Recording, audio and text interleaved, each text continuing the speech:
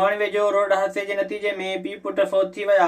Kandhkot road ते तेज़ रफ़्तार मोटरसाइकिल ऐं रेड़े में टकर थी पियो। हादसे जे नतीजे में हिकु ॼणो थॾे ते ई फौत थी वियो ऐं हिकु ज़ख़्मी थी पियो। हादसे बाद फौतीअ जो लाश ऐं ज़ख़्मीअ खे इस्पताल मुंतक़िल कयो वियो।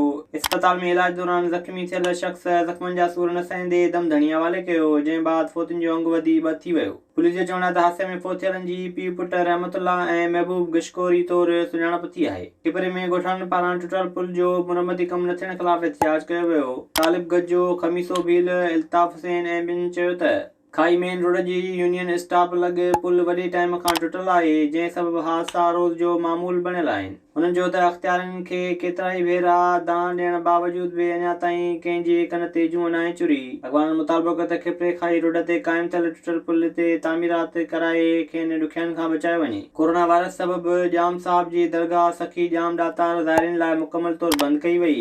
SSP शहीद बेनज़ीराबाद जी हुकूमत जाम साहब में सखी जाम दातार जी दरगाह खे अक़ीदतमंदनि लाइ बंदि कयो वियो। पुलिस एहलकारनि दरगाह ते ईंदड़ पांधेरनि खे वापसि मोटाए छॾियो।